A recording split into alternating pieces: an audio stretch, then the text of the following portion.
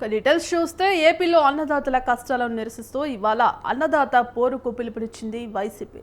రైతులు రైతు సంఘాలతో కలిసి అన్ని జిల్లాల్లోని ఆర్డీఓ కార్యాలయాల ఎదుట నిరసనలు చేయాలని కోరింది. రాష్ట్రంలో యూరియా కొరత లేకుండా చూడాలని, ఉల్లి, టమాటో రైతులకు గిట్టుబాటు ధరలు కల్పించాలని డిమాండ్ చేస్తోంది.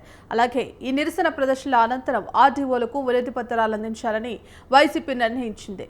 ఇక మరోవైపు రాష్ట్ర వ్యాప్తంగా 30 యాక్ట్ అమల్లో ఉందన్న నిరసన కార్యక్రమాలకు అనుమతి లేదని పోలీసులు తేల్చి చెప్పారు. రాష్ట్ర వ్యాప్తంగా ఎక్కడికక్కడ వైసీపీ నేతలు హౌస్ అరెస్టులు చేస్తున్నారు. పోలీసులు అనుమతి నిరాకరించిన అన్నదాత పోరు కార్యక్రమం నిర్వహించి తీరుతామని వైసీపీ శ్రేణులు తేల్చి చెప్పారు.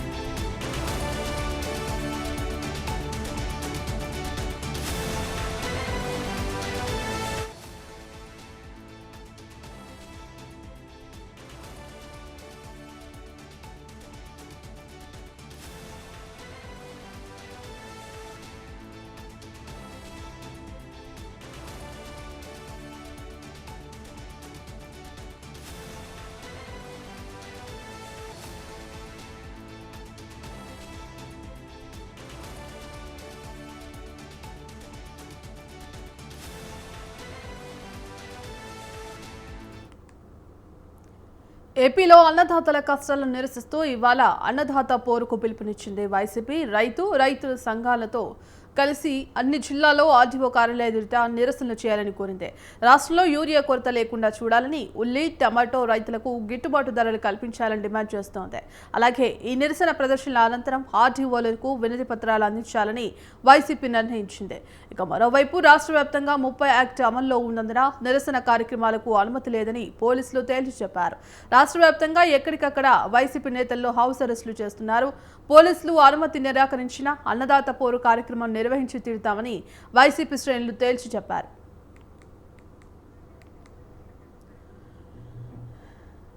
ఇందుకు సంబంధించి కంప్లీట్ అప్డేట్స్ మా కరెస్పాండెంట్ ఆర్కే సూర్య అందిస్తారు. సూర్య, చెప్పండి, ఏపీ రాష్ట్ర వ్యాప్తంగా కూడా అన్నదాత పోరు కార్యక్రమంతో కూడా వైసీపీ నిరసన కార్యక్రమాలు చేపడుతోంది. ఇందుకు సంబంధించిన అప్డేట్స్ ఏంటి? భాగ్యశ్రీ, ఏదైతే ఆంధ్రప్రదేశ్ రాష్ట్ర ప్రభుత్వం అధికారంలోకి కూటమి వచ్చిన తర్వాత రైతులకు ఏదైతే హామీలు ఇచ్చారో అవన్నీ అమలు పరచట్లేదంటూ రైతులు కూడా ఆవేదన వ్యక్తం చేస్తున్నారు. దాంతో రాష్ట్ర వ్యాప్తంగా ఈ రోజు వైసీపీ పార్టీ పిలుపు మేరకు ఎక్కడికక్కడ ఆ రెవెన్యూ డివిజన్లలో ఒక పెద్ద ఎత్తున నిరసనలు తెలియజేసి రైతు మద్దతుగా ఆర్టీఓలకి వినతి పత్రాలు సమర్పించాలని రాష్ట్ర కమిటీ పిలుపు మేరకు ఈ రోజు కార్యక్రమం అనేది తలపెట్టారు. ఆల్రెడీ ఇది వచ్చేసి అన్ని పర్మిషన్స్ కూడా తీసుకోవడం జరిగింది. అయితే కుట్రపూరితమైన రాష్ట్ర ప్రభుత్వం ఈ ఆందోళన కార్యక్రమాన్ని ఎలాగైనా సరే తొక్కి పెట్టాలన్నట్టు అనుమతులు లేవంటూ దాదాపుగా వైసీపీ అగ్రనేతలు ఎవరైతే ఉంటారో ఎక్కడికక్కడ కూడా హౌస్ అరెస్టులు చేయడం, నోటీసులు ఇవ్వడం అనేది కార్యక్రమం అనేది మొదలు పెట్టడం జరిగింది. ఇది అత్యంత దుర్మార్గంగా వైసీపీ నాయకులు పేర్కొనడం జరిగింది. ఏదైతే అధికారంలోకి వచ్చిన తర్వాత ఈ గత 14 నెలల కాలంలో ఏదైతే సూపర్ 6 పథకాలు కావచ్చు, లేకపోతే 143 హామీలు ఏదైతే ఇచ్చిందో ప్రజలకు చేస్తానని, అందులో రైతు సంక్షేమం కూడా ఒకటి.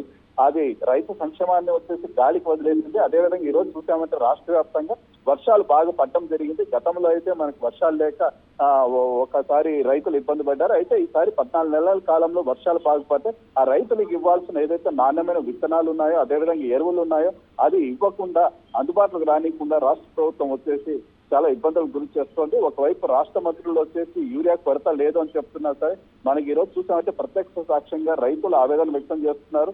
డైరెక్ట్ గా డిస్ట్రిబ్యూటర్లే బ్లాక్ మార్కెట్ వచ్చేసి యూరియాని అమ్ముకోవడం జరుగుతుంది. అత్యంత దుర్మార్గ చర్యగా రైతులు మాట్లాడుకోవడం జరుగుతుంది. అదేవిధంగా నాణ్యమైన విత్తనాలు కూడా ఇవ్వట్లేదు. ఇవన్నీ దృష్టిలో పెట్టుకునేసి రాష్ట్ర ప్రభుత్వానికి వాయిస్ వినిపించాలి.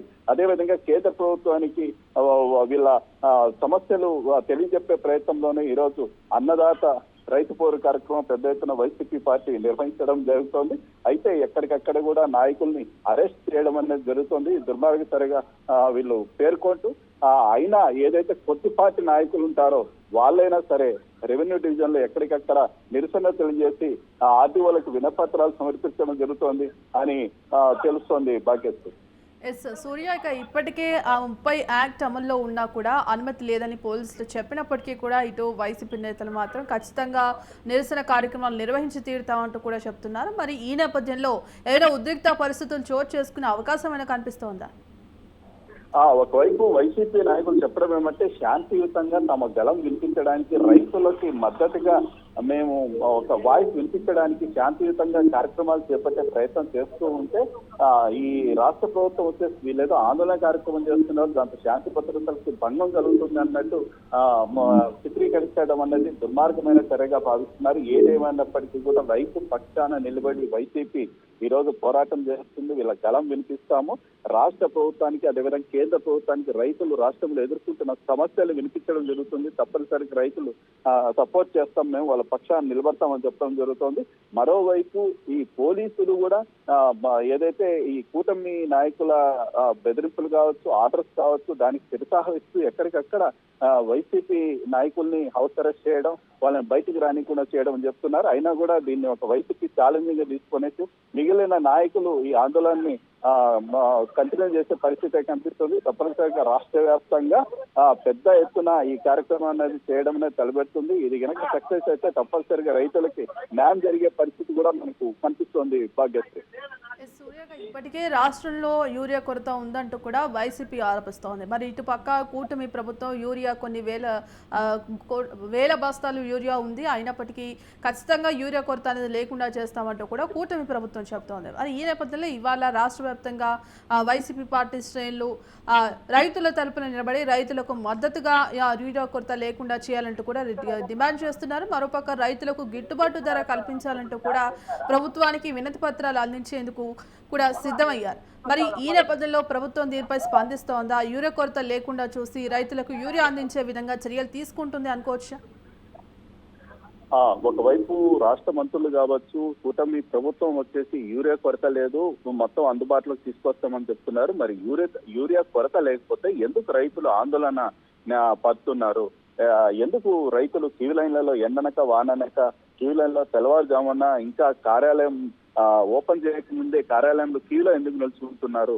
అదేవిధంగా 250కి అమ్మాల్సిన యూరియా బస్తా వచ్చేసి ఈ రోజు 350, 450కి బ్లాక్ మార్కెట్కి తగ్గిపోతుంటే డైరెక్ట్ గా డిస్ట్రిబ్యూటర్ల నుంచి వెళ్ళిపోతుంటే ఎందుకు రాష్ట్ర ప్రభుత్వం దానిపైన అదుపు చేయలేకపోతుంది అనేది ఇవన్నీ ప్రశ్నలు వస్తాయి.